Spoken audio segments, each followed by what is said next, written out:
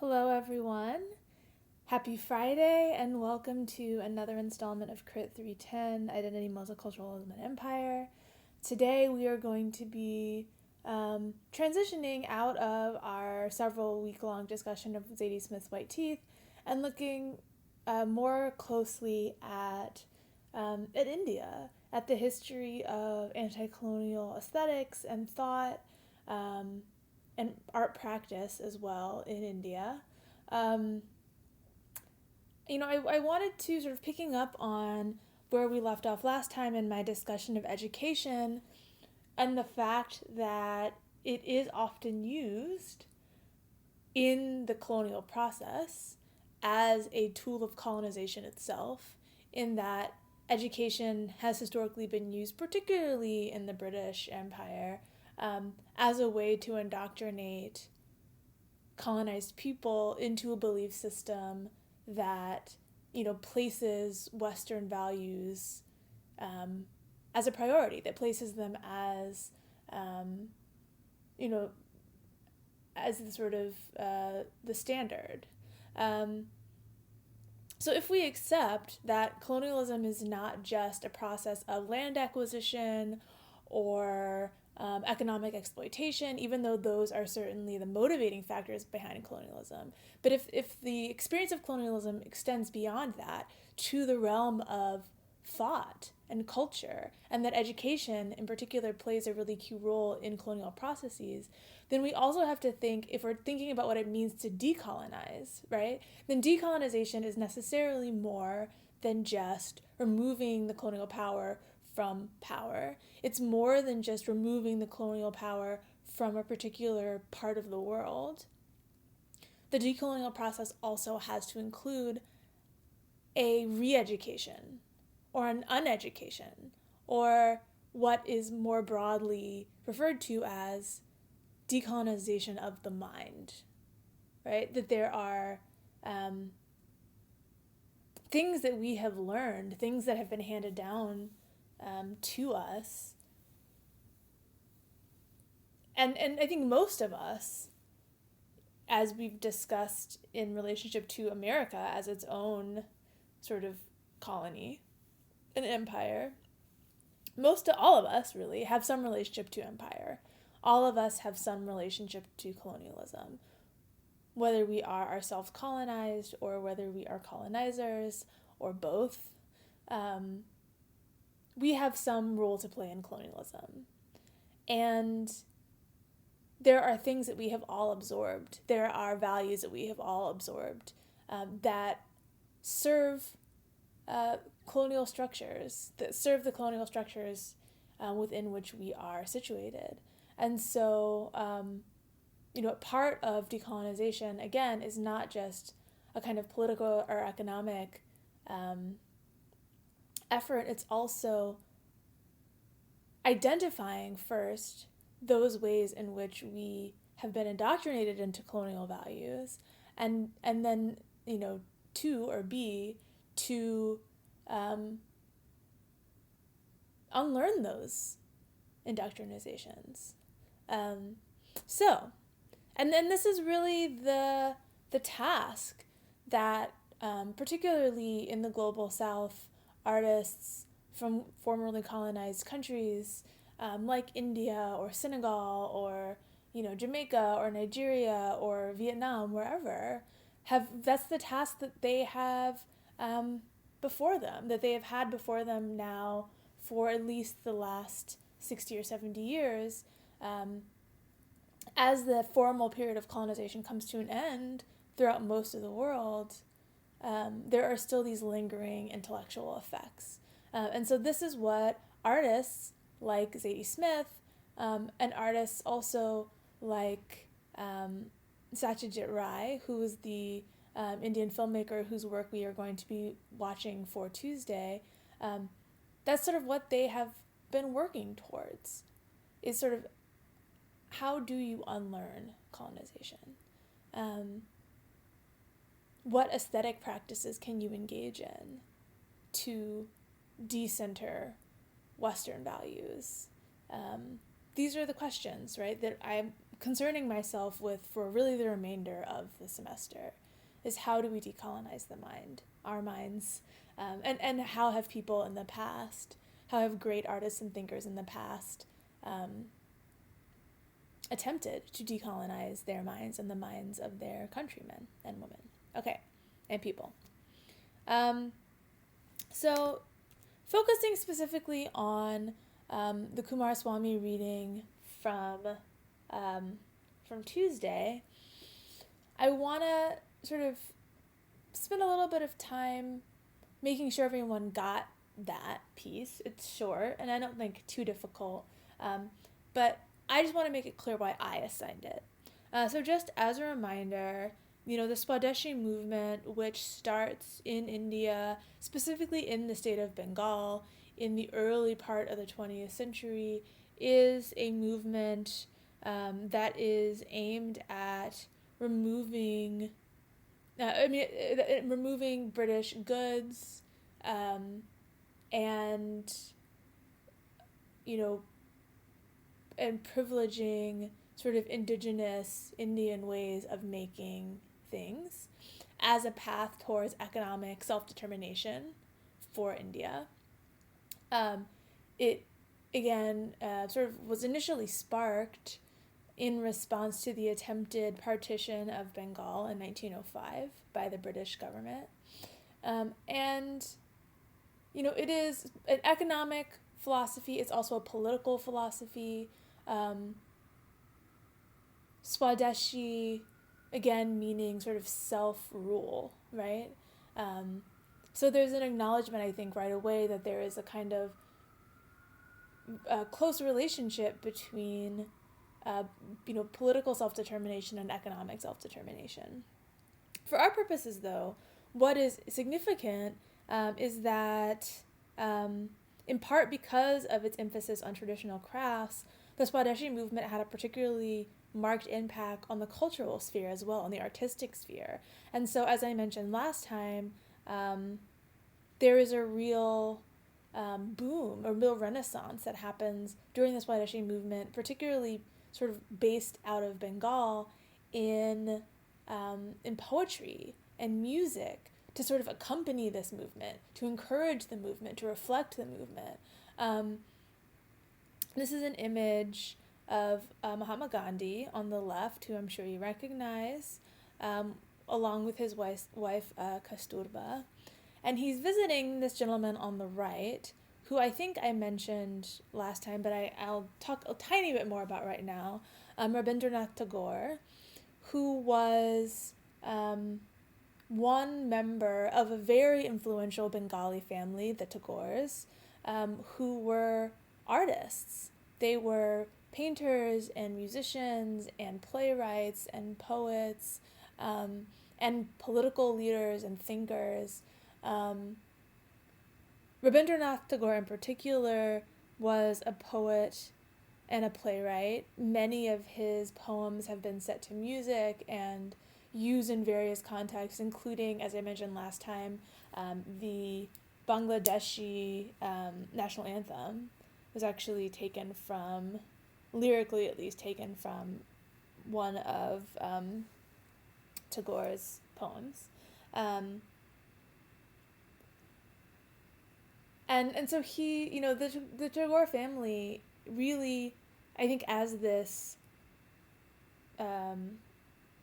photograph indicates, were kind of at the right or the left hand of the Swadeshi, the political branch of the Swadeshi movement, right? The artistic branch was incredibly powerful and contributed in really significant ways.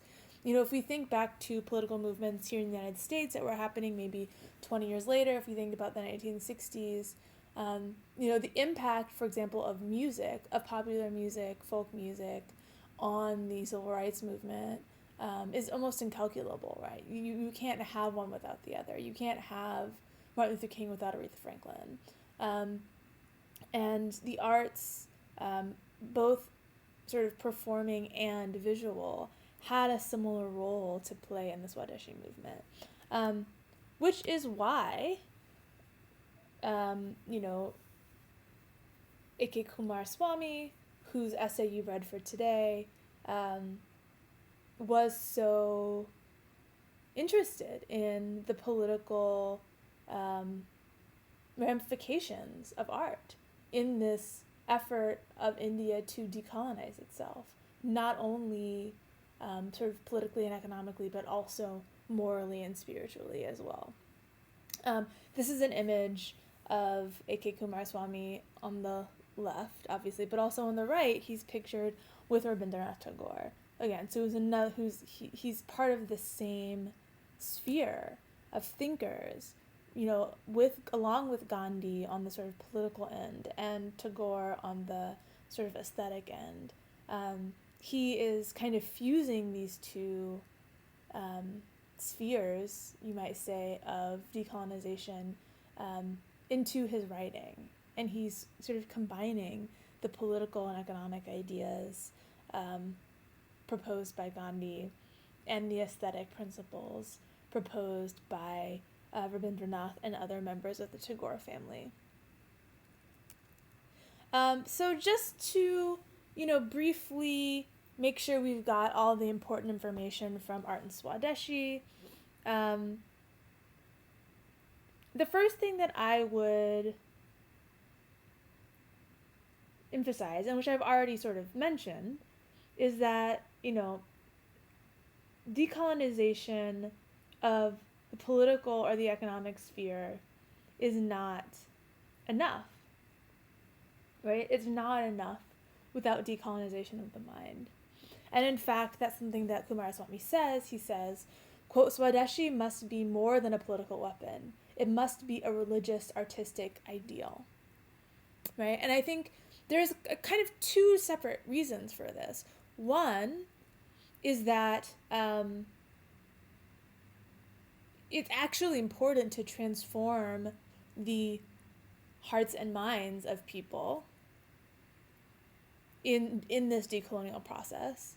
But also, and I think this is something that he indicates, is like, sometimes politics is boring, or sometimes it's really hard and exhausting. And so you need the arts not only to transform Indians' ideas about themselves and what they have to contribute to the world, but also to help to energize politics, to help to lend a kind of spiritual energy to a political struggle. And again, this is similar to the way that group singing, for example, functioned in the civil rights movement. It was a celebratory thing, it was a pride thing, but it was also a way to keep people motivated to achieve these political ends. And I part of the reason that I like assigning this piece is that it is addressed. I mean, this is an essay that was written as a speech, which was to be given to university students studying the arts, just like yourselves, people exactly your age, in India, studying music and visual art, studying various crafts. And, he saw people like you as being indispensable to India's future, and not in a kind of, cheesy, the greatest love of all kind of way, but in a real material way. In the same way that education can be used as a colonial tool, education can also, the privilege that education affords, can also be a really powerful sort of decolonial tool if you combine education with a critical mind, right? With a woke mind in today's parlance. So, one of the things he says is, it is as much your duty to make your lives and your environment beautiful as to make them moral.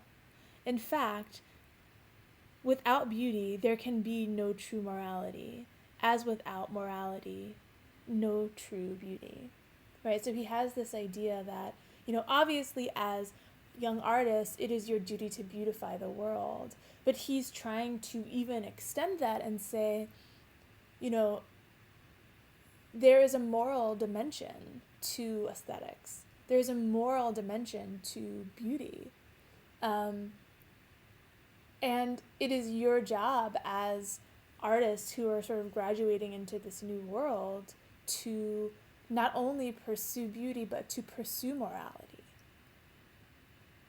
I mean, and I wonder if you agree with that.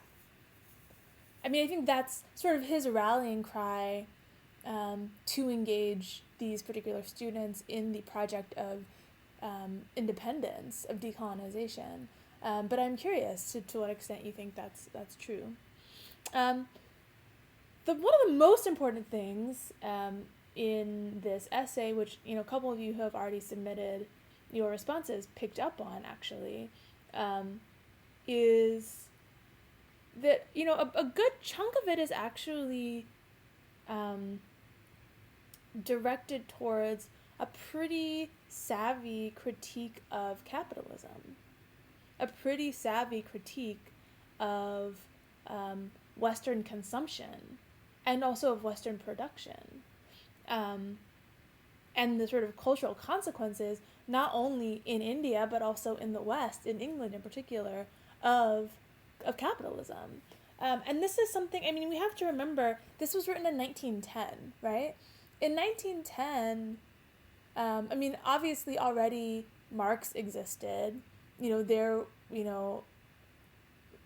were on the verge of a kind of socialist revolution in Russia at that time. But in most of the world, particularly in the West, and in the colonies, this critique of capitalism was not commonplace. And I mean, so I'm just going to read to you a couple of the things that he mentions, and then I'll go into more detail about that. But okay, so for example, he says, "It is suicidal to compete with Europe on the basis of cheapness." So that's his first sort of statement. And the larger essay is about this idea that, the larger essay is in support of traditional Indian crafts, right? In support of the return of craftsmanship and quality and attention to skill and craft in Indian making, whether it's sort of artistic or commercial. And part of his advocacy for this sort of return to craftsmanship is by painting a kind of bleak picture of what has happened to India thus far. Part of his argument is that basically the kinds of goods that are for sale in India are crap. That's sort of the starting premise of his speech, right? That the kinds of goods that are available for Indians to buy are crap. The goods that are imported from England are crap because they're mass-produced and cheap, and the goods that are produced in India are also crap because they have become mass-produced and cheap, trying to compete with the cheapness of British imported goods. And so it becomes a kind of a race to the bottom for cheapness. And he says it is suicidal to compete with Europe on the basis of cheapness. So I think it's powerful for him to even just point out that that's what's happening. Now, why is it suicidal? Part of this, and that he points out, which is I think important, is that at the same time that Indian craftsmanship is being debased through this sort of competition to be the least expensive, traditional Indian art pieces, older classical Indian art, objects that were made during the pre-colonial period are being exported to Europe and the Americas and being put in museums. right? So obviously, Indian craftsmanship is incredibly valuable. But on the one hand, Europe is telling, England in particular, is telling India, the way you do things isn't good enough. You have to do things this way so that you can compete with us. And then at the same time, they're taking, you know, pre-colonial Indian treasures and putting them in museums. This is something that happens in a lot of different contexts, right? Where there's a kind of irony in devaluing the creativity of a people. Valuing the creativity of a people, but devaluing the people themselves, right? So you can remove the art from India, but still tell Indian people that they don't know how to make things properly. You can remove the art and sell it for $1 million in Boston, but you're going to still come to India and say your way of making things is crappy. And the best way to do things is to mass produce them and to try to compete with us to see who can make the cheapest products. And you see that in so many places, right? You see that, I think it even, to a certain extent, overlaps with the conversation around cultural appropriation that we see so much today. That, like, you can look at somebody's, laid baby hairs or nail art and appreciate the aesthetic, but don't appreciate the person wearing it, right? You want to take that for yourself, but you don't want to value the person whose creativity is actually being expressed in those sort of flourishes, those aesthetic flourishes. So anyways, that's sort of the first part. He's saying it's a trap. It's a suicidal trap, because on the one hand, they're telling us we don't know what we're doing, and then they're stealing our treasures, and then we're just trying to follow them in a bad direction. And then the other part is, like, why is this a bad direction? Why is cheapness a bad direction? And I think this is really probably the most powerful part of the essay, because he lays out really plainly how bad things are in England, right? He's looking at England in 1910, and he's looking at destitution. He's looking at the inequality that has been produced by the Industrial Revolution, the inequality that has been produced by capitalism in England, in the 19th and early 20th centuries. And he says, specifically, he talks about, don't let the destitution transferred, quote, from Manchester come to India. Right, so don't follow them down this path of capitalist mass production, because we see where it leads over there. He says, quote, remember that 1/10 of the English die in the workhouse, the gaol, which is just another word, or gaol, which is another word for prison, or the lunatic asylum. Right, so he's like, the ravages of capitalism are such that the rich get richer, the poor get poorer, and the worker ends up in prison or in debt or in the insane asylum. And so why would we want to emulate that? That is a really important aspect. It's a really important step in the process of decolonizing one's mind, right? Is to actually be able to see colonialism and the culture out of which colonialism comes for what it is, right? Part of the colonial education is trying to convince people that the colonizer is superior in all ways, and that the colonizer's culture is superior in all ways. The first step to decolonizing the mind is to be able to have enough intellectual distance and emotional distance from the culture of the colonizer to actually see it for what it is, to see its flaws. Because there is no flawless culture that would promote anything as abhorrent, morally abhorrent, as colonialism. That's just I'm just putting that out there. That's nobody's philosophy. That's Imani's personal philosophy, right? There is no superior culture that would colonize. It is impossible because colonialism is morally bankrupt as it just is, as a way of being in the world and relating to other people, right? So if a country is engaging in colonialism on a massive scale, there is necessarily something wrong with it. That doesn't mean that, it is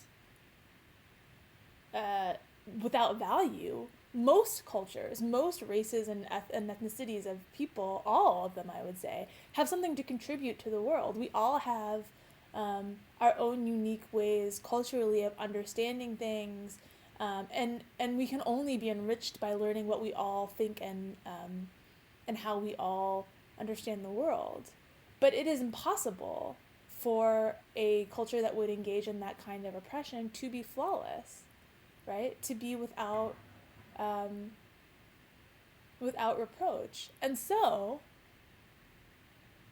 it's really important to be able to see those flaws, to be able to sort of unbrainwash yourself enough to call it like it is, to speak truth to power. This is a really important aspect of decolonizing the mind.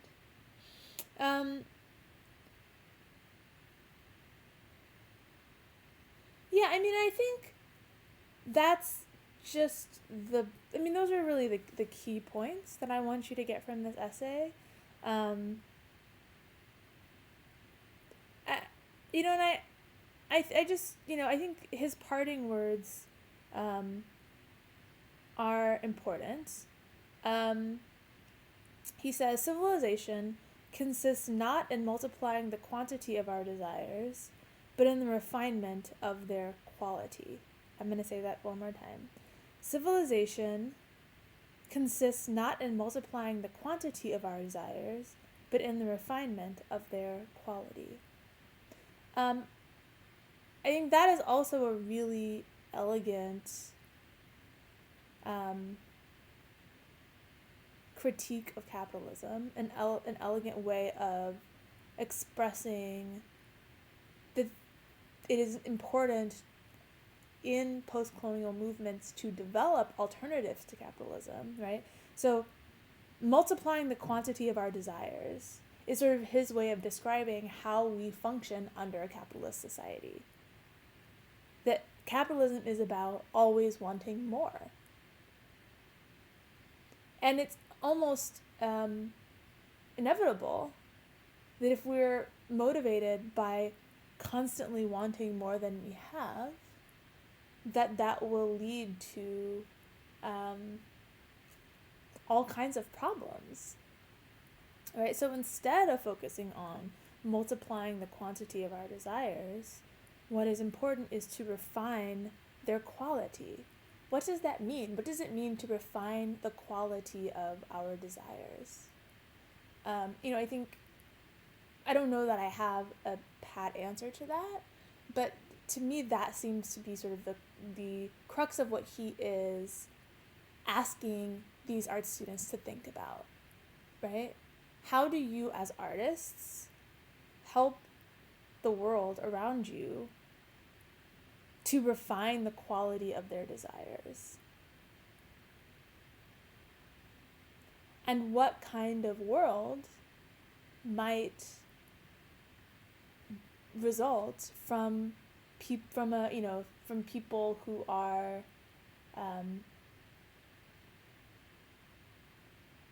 who are refined in the quality of their desires. Okay.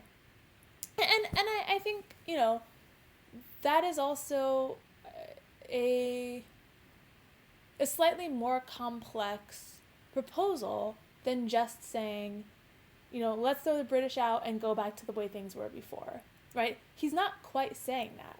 He's not quite saying, I want to get in a time machine and go back to the 16th century before, we had dealings with the British. Instead, he's really talking about what by reconnecting with traditional ways of making, modern India has to contribute to the world now. How can modern India, or in the year 1910, contribute to the world in terms of helping mankind to refine the quality of its desires? Okay, so I thought it would be interesting to, before I give a little bit of an intro to the film, which we're going to be watching for Tuesday, I thought it would be interesting to give a little bit more context for sort of how the Swadeshi movement and the anti-colonial movement in India more broadly impacted the visual arts. Film is a visual medium, but it is not the only visual medium. Obviously, the Swadeshi movement had an impact on things like the textile industry, but also it had an impact on fine art. And the fine arts movements that came out of the 1920s, 30s, 40s in India. So, I just want to, this will be a slight, it'll be a slight diversion, a slight side note, but I think it's an interesting one at least. And I am one who happens to just love Indian art. I'm obsessed with Indian art, particularly modern Indian art. And so I think this is interesting information that, we don't often have the opportunity to reflect on. So, both of these paintings, which, just for your sense of scale, are quite large.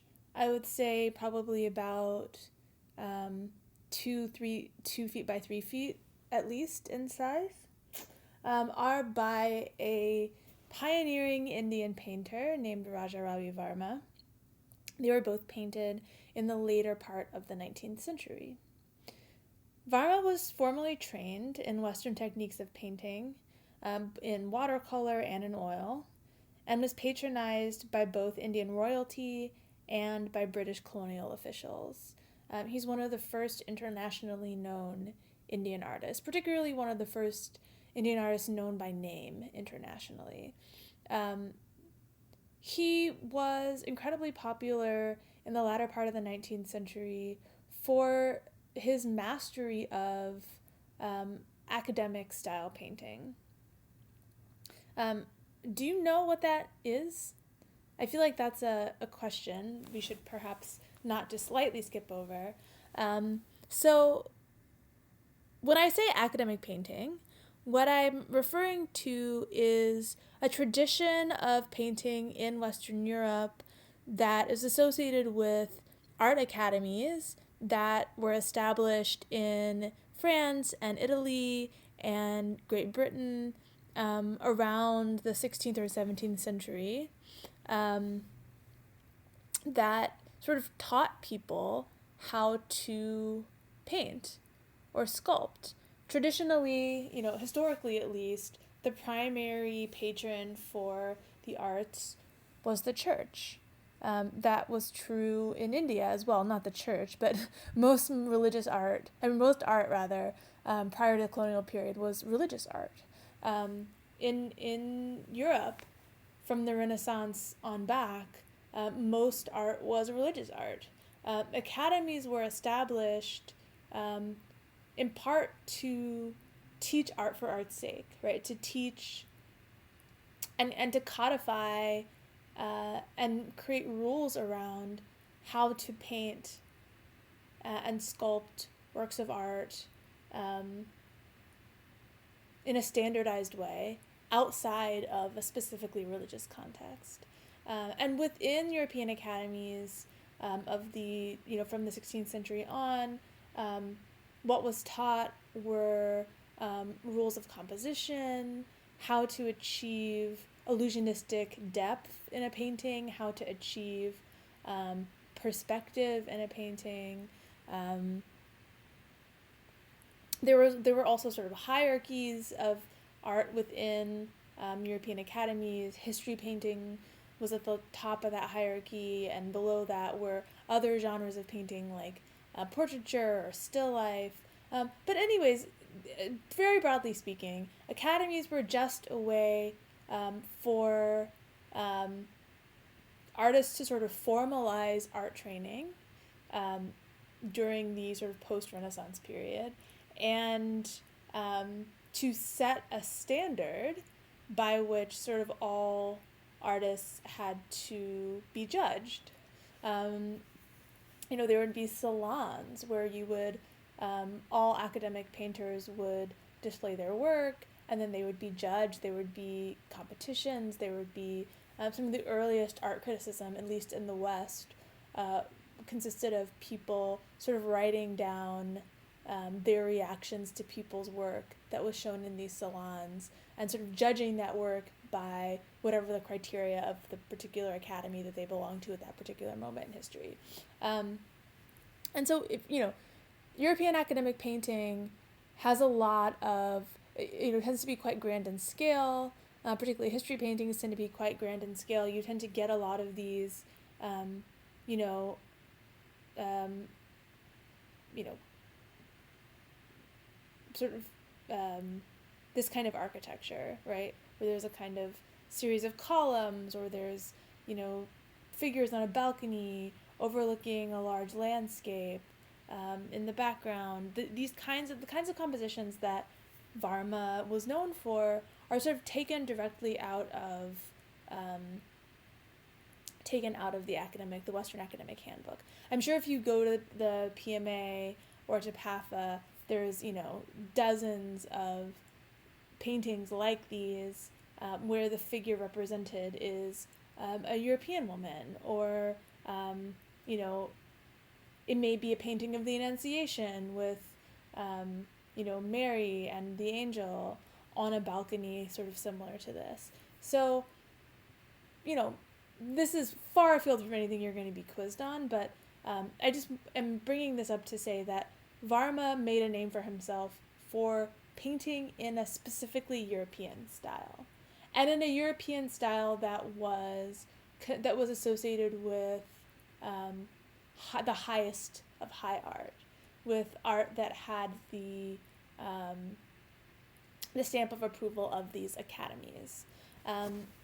He, again, had patrons in India amongst the elite, both sort of Indian and British, but he was also celebrated internationally.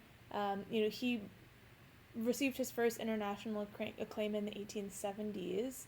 After an exhibit of his paintings in Vienna, Austria won like a major painting prize. His paintings were also sent to the World's Columbian Exposition in Chicago in 1893, which was intended to celebrate the 400th anniversary of Columbus landing in the Americas. And at this World's Fair that happened in Chicago that year, his work was awarded 3 gold medals. So he's showing, this is, an Indian painter who's showing, Western style oil paintings in Vienna and Chicago and getting awards for his work because of his mastery of the sort of techniques of academic painting.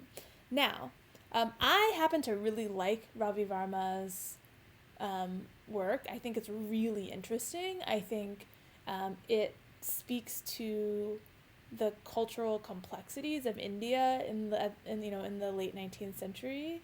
But needless to say that in this the Swadeshi movement and the artists associated with the Swadeshi movement did not look kindly upon Varma's work.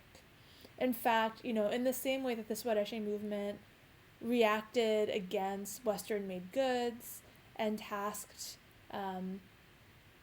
young artists with rejuvenating sort of authentic ways of making in support of the Indian independence movement, they rejected artists like Raja Ravi Varma for what they saw as being an assimilationist, for trying to sort of beat Europe at its own game. In the same way that, Kumaraswamy talks to the art students about not trying to be more European than the Europeans, more British than the British, because it's a kind of trap. the sort of aesthetic wing of the Swadeshi movement looked down on artists like Raja Ravi Varma, and saw his work as being inauthentic in its Indianness. I'm not going to argue that, but I will show you sort of what they proposed instead. So it should be noted that right around the time that the Swadeshi movement is getting started, a number of ancient Buddhist cave paintings, including both of these paintings that are shown here at the Ajanta Caves, were rediscovered by colonial British officers on a tiger hunt. Buddhism, India, for those of you who don't know, is actually the home of Buddhism. Buddha, the historical Buddha, was in fact Indian. And so during the colonial period, during the 19th and early 20th centuries, a number of sort of ancient Buddhist artifacts and works of art were sort of rediscovered after having been buried or neglected for several hundred years. So there's an awakening to sort of ancient Indian art around this time. Also around this time, there's a real interest in kind of regional painting styles. And so you have people, instead of, looking at European art and, celebrating people like Rajaravi Varma, they are looking to ancient Buddhist art and to, Hindu paintings, sort of manuscripts, sort of arts of the book, which were very popular in India in the 16th, 17th, 18th century and earlier even, as alternatives. And one of the most common characteristics of these Ajanta cave paintings, of this sort of really beautiful illustrated page on the bottom left of Ganesha, which is a Hindu deity associated with obstacles and renewal, or this image in the top, which is from a 14th century manuscript that illustrates, putting aside what it illustrates, all three of these kinds of works of art have a kind of flatness to them, right? They have a kind of flatness, and they also have a really kind of distinct color sense, right? There's really rich use of yellows and reds. Figures are represented flatly, and yet also with some depth, right? There is like some molding of these figures here.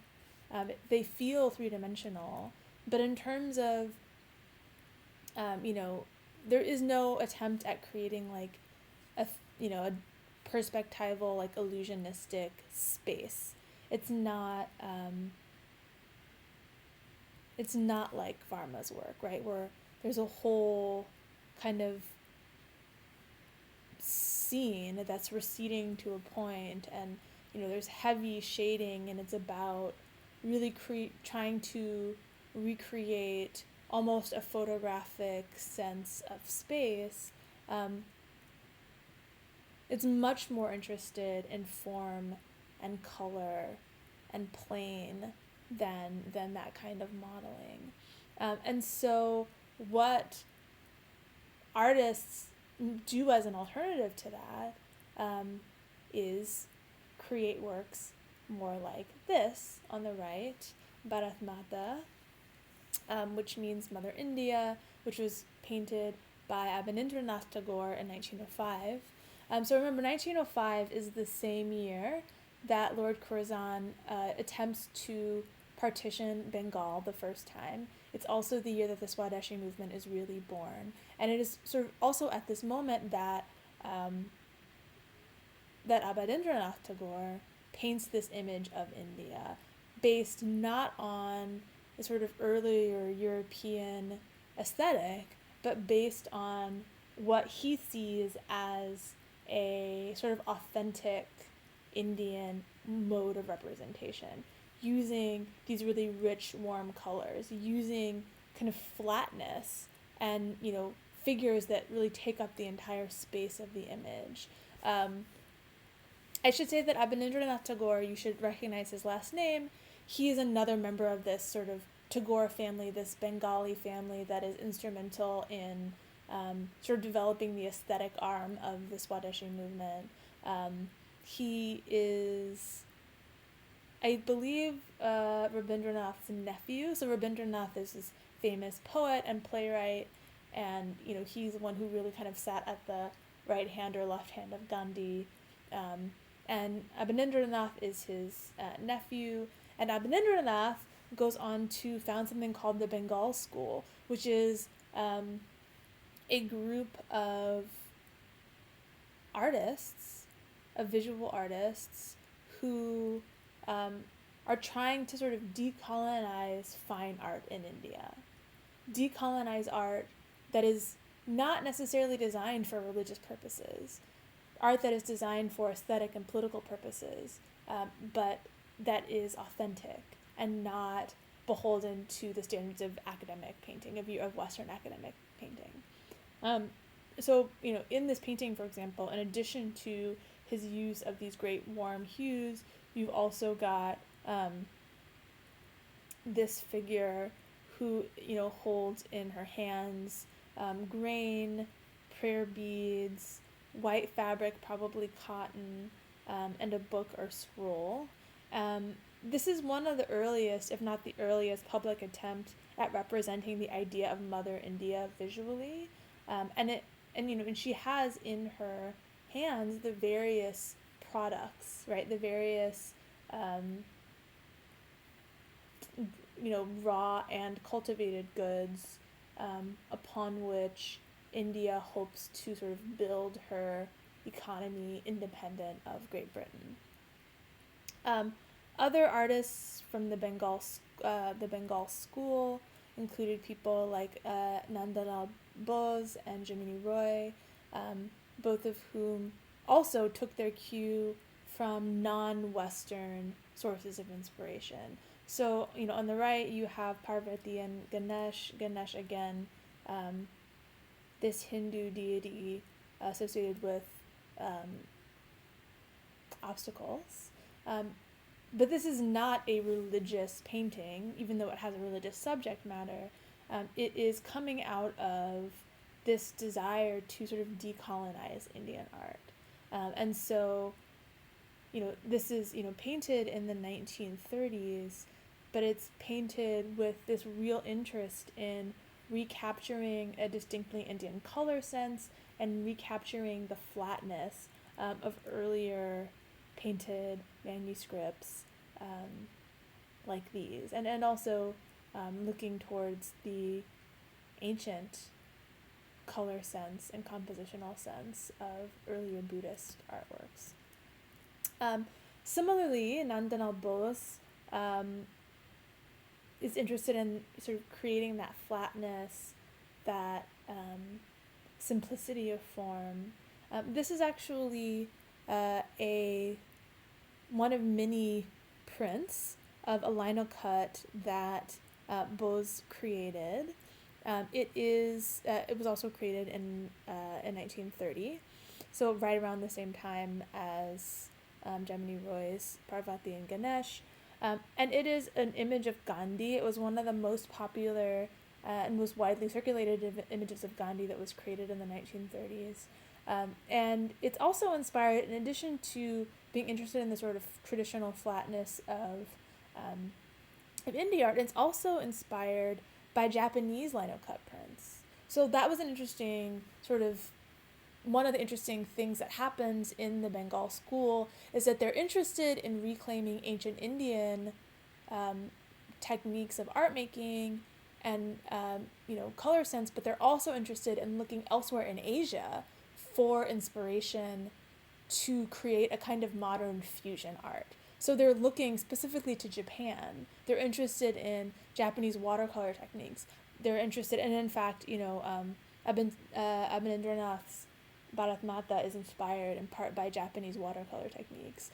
They're interested in Japanese print techniques, and fusing Indian aesthetics with other aesthetics from the larger Asian continent. So this is sort of how the idea of Swadeshi gets translated visually in the realm of fine art. And I think, if we skip ahead maybe 15 or 20 years, we start to see how the idea of Swadeshi and the sort of aesthetic lineage of Swadeshi translates into the film industry. And that is sort of where we find ourselves for Tuesday. We will be watching a very well-known pioneering Indian film called Pather Panchali that was released in 1955 by a very famous Bengali filmmaker named Satyajit Ray, who we'll talk about in a moment. But I feel like in order for us to be able to really appreciate the innovation of Pather Panchali, and to understand sort of what it is reacting to, in the same way that the Bengal school is reacting against Raja Ravi Varma, I want to lay out a very short history of Indian cinema. Okay, so a brief history of Indian cinema. Indian cinema dates all the way back to the year 1913, and the silent film Raja Harishchandra, that you see a poster advertising here, it was the first ever Indian feature film. Its producer, Dadasaheb Phalke, was Indian cinema's first movie mogul, and he oversaw the production of 23 films between 1913 and 1918. Yet, unlike Hollywood, initial growth in the Indian film industry was relatively slow, with Phalke being sort of a standalone impresario of the 19-teens. The early 20s saw the rise of several new production companies, and most films made during this era were either mythological or historical in nature. Imports from Hollywood, primarily action films, were well received by Indian audiences, and producers quickly began to follow suit to try to create sort of Indian action films. However, filmed versions of episodes from Indian classics and mythological literature, such as the Ramayana and the Mahabharata, still dominated Indian cinema through the 1920s. Despite the onset of the Depression in 1929, and then its ripple effects in the rest of the world in the 1930s, the number of production companies skyrocketed in India during the 1930s, as did the number of films being produced each year. In 1927, 108 films were produced. In 1931, 328 films were produced. So tripled. The film industry tripled in size between 1927 and 1931, despite the global crash that was the Great Depression. 1931 saw the release of director Ardashir Irani Alam Ara, which you see the poster for here on your left. And Alam Ara means the ornament of the world. It was India's first talkie, and it was the film that paved the way for the future of Indian cinema. During the 1930s, stars rather than plots became the driving force behind a film's popularity, and India saw the emergence of its own celebrity culture around this time. Raj Kapoor, who was a pioneering method actor who made his directorial debut in 1948's Aag, which means fire, was one of the genre's earliest idols. He also stars in this film and directs it. So, and you see his face in this movie poster. Color films soon began to appear, as did early efforts at animation. India's first domestically produced color film, which was produced by Ardashir Irani, the same filmmaker who made Alam Ara, was released in 1937. Giant movie houses were built, and there was a noticeable shift in the makeup of audiences. Namely, there was a significant growth in working class attendance of movies. In the silent era, during the early 1930s and 1920s, only a very small percentage of tickets sold were sold to working class folks. It was a sort of elite pastime initially. The World War II years saw a decrease in the number of films produced as a result of limited imports of film stock and government restrictions on the maximum allowed running time of films. Still, audiences remained faithful and each year saw an impressive rise in ticket sales. By this time, as today, the majority of Indian films were produced in Hindi and out of Bombay, which is now Mumbai. And in fact, that's where this Bollywood, the term Bollywood, as a sort of shorthand for the Indian film industry, just comes from the fact that Bombay is the center of the Indian film industry. So by the 1940s, that is when you start to get the formation of the Bombay film industry, the Bollywood film industry. Okay, so in the 1950s and late 40s, you really see the explosion of Indian film. The 1940s, Mehboob Khan was really prolific, and these are two examples. These are both Mehboob Khan films. And these are probably two of his most successful films. And these were specifically, the films of Mehboob Khan were specifically the kinds of films against which Satyajit Ray was reacting with his work, with Pather Panchali and other works. So on the left, we have one of Mehboob Khan's early successes called Mother India, or translated here, Woman. It was a film about a poor widow raising her children, and it spanned from the birth of her children until their adulthood. It was an epic. With this film, he created something called the Dacoit film genre, which is Hindi for something like bandit. The film also deals with themes of child death and poverty, but in a highly melodramatic way. So it's this melodramatic epic with bandits and roadside killings. It spans the life of multiple generations of people. It's a kind of sweeping epic. On the right is a movie poster for a film called Anne, which was released in the US and the UK under the name The Savage Princess. I have tried many times to translate the word Anne, and I don't know that it has a very succinct English translation, but at any rate, Anne was not only the first Technicolor film in India, it was the most expensive film made in India to date, and also the most successful and highest grossing film made to that date, which was 1952. It was also one of the first Indian films to have a worldwide release. These are not necessarily happy films, either one of them. There is a lot of kidnapping, royal and otherwise, a great deal of revenge killing, but they are both fantasy films nonetheless, which serve a primarily escapist purpose. And I should also say that both films are musicals, and it's around the late 1940s and early 50s that you really get the explosion of the musical film. And just to give you a sense of what I mean by this, we're going to watch just maybe 3 or 4 minutes of Anne, just to give you a sense of the aesthetic of Bollywood cinema in the early 1950s.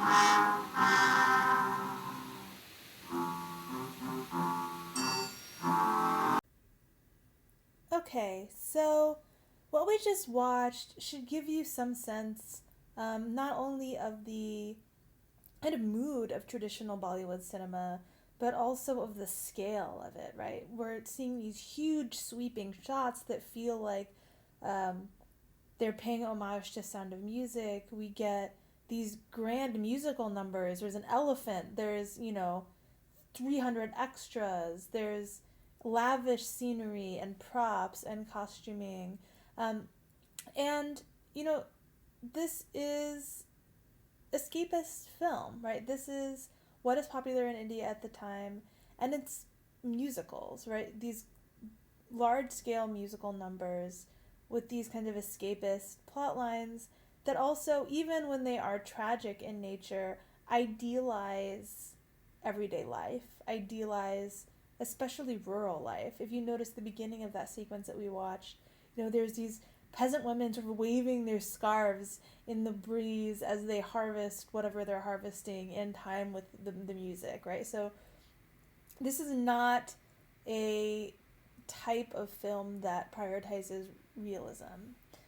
By contrast, the parallel cinema movement, which Satyajit Ray was one of the sort of inventors of, one of the progenitors of, um, was a film movement in India that really prioritized realism.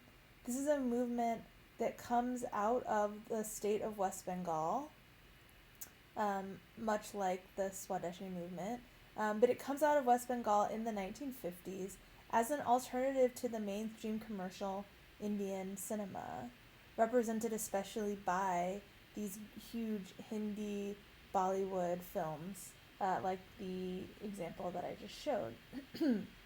During the 1950s and 60s, intellectual filmmakers and story writers became frustrated with what they saw as the escapist song and dance numbers of popular musical film, and to counter this mainstream trend, they decided to create a genre of films known for their serious content, for their realism and naturalism, as well as sort of symbolic elements with a keen eye toward the socio-political climate of the time. Remember, India gets its independence from England in 1948, so this is right on the heels of independence.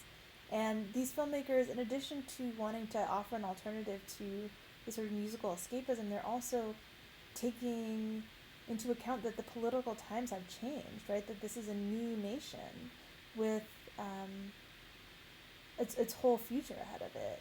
So, how do you reflect the political challenges, the economic challenges, the social challenges of independence and the sort of new post-colonial democracy? Most films made during this period within the parallel cinema movement were funded by state governments to promote an authentic art genre from the Indian film fraternity at a time of national reimagining and psychological as well as aesthetic decolonization. So the government is also getting involved in the parallel cinema movement. They're saying, yeah, you're right, we do need a true Indian cinema, right? In the same way that Kumaraswamy 40 years earlier saying we need a true Indian art. We need an art that is not sort of beholden to the standards of the West. We need to make an art that is accessible and that speaks to Indian tradition and also sort of India's future. There's a similar push by the governments, state governments, national government, to imagine a filmic version of that sort of Indian authenticity. Because, like the Swadeshi movement, parallel cinema was initially born in Bengal.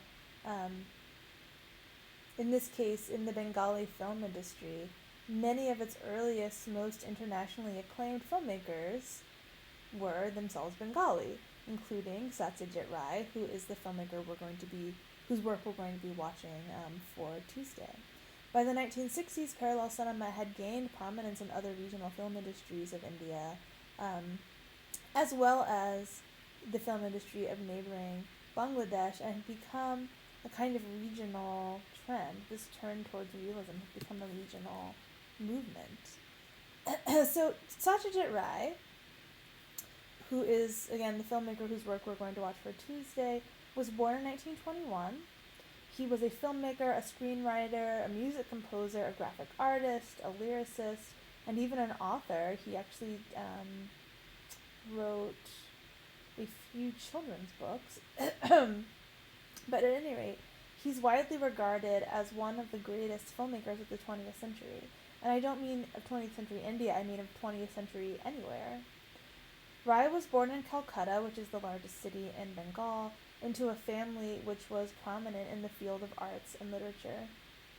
His grandfather was a close friend of Rabindranath Tagore, remember this really important poet, playwright figure. And his father, Sukumar Rai, who died when he was only 2, was, and perhaps still is, one of India's best-known children's authors and illustrators. There's actually a really interesting history of Indian artists and intellectuals in the late 19th and early 20th century using children's books as an anti-colonial tool. And I think this, connects back to what I was saying before about the role of education in colonialism, right? And when are we most easily indoctrinated? It's as children. So it sort of is not too surprising, or should not be too surprising, that one of the ways in which Indian artists and intellectuals were trying to approach the process of decolonizing the mind was to create children's literature. But at any rate, Rai's father was a part of this movement.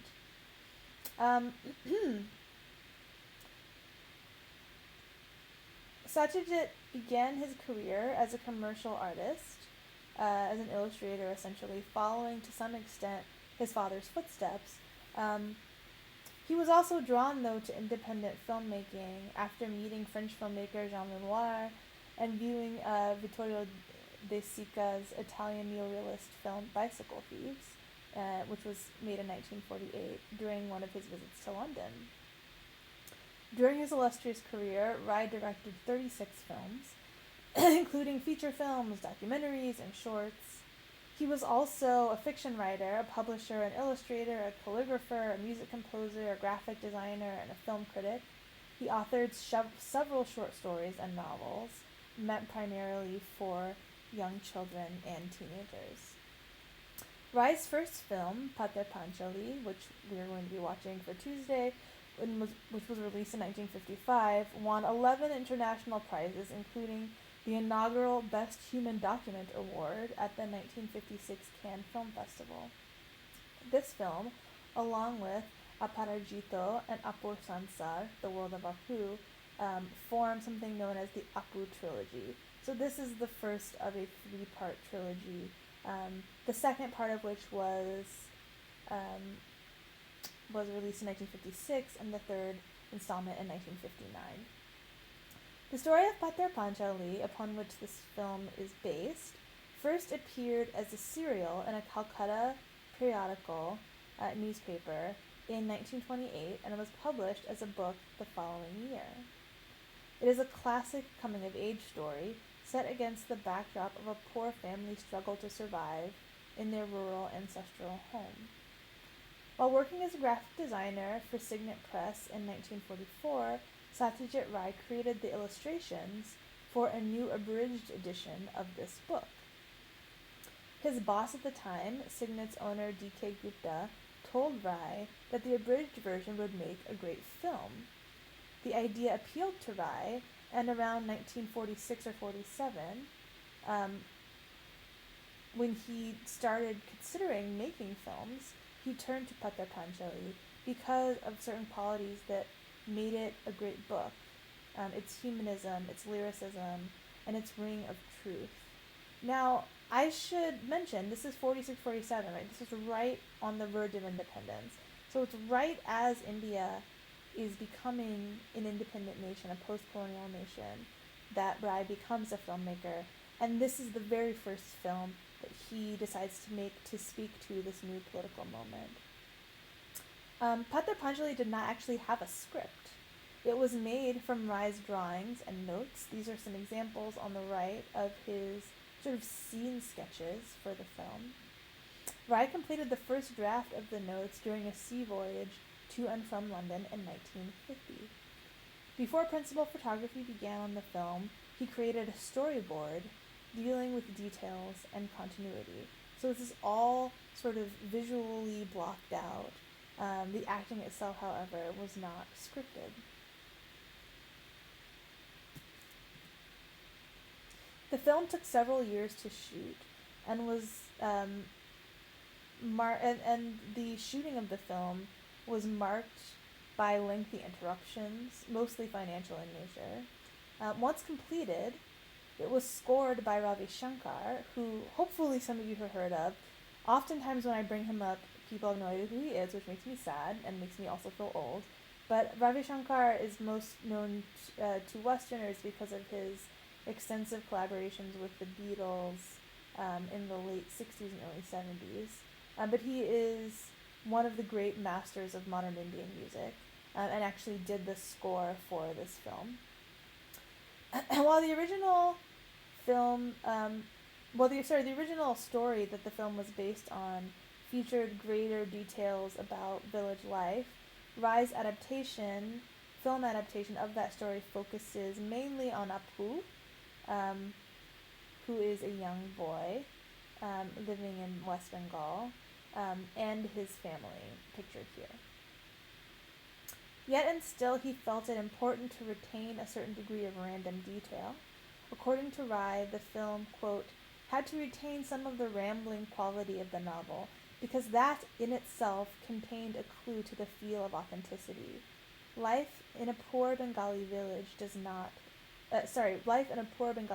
says, does ramble. So in his quest to sort of create a realistic film, he really focused on a kind of slow observational pacing that mirrored the slowness of everyday rural life. In another nod to authenticity, Rye cast the film with a combination of professional and non-professional actors. Neither of the child leads, two of the main leads of the film are children, Apu and his sister. Neither of the child actors in this film, for example, had ever acted before, nor have they since. Though the adult leads, the mother and father, were actually actors at the time. Okay, so that should be enough to get us started on watching the film. Before we watch the film or after you watch the film, you should definitely come back and take a look at these questions, and please choose one to respond to by Tuesday. Alright, question number 1. Pather Panchali explores the hopes and struggles of a rural Bengali family.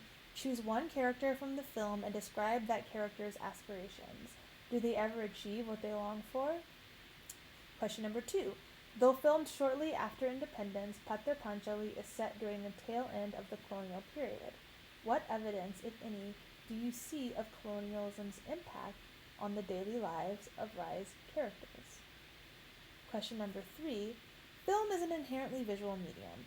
Choose one scene from Pather Panchali that you found particularly striking or impactful visually, and describe it visually.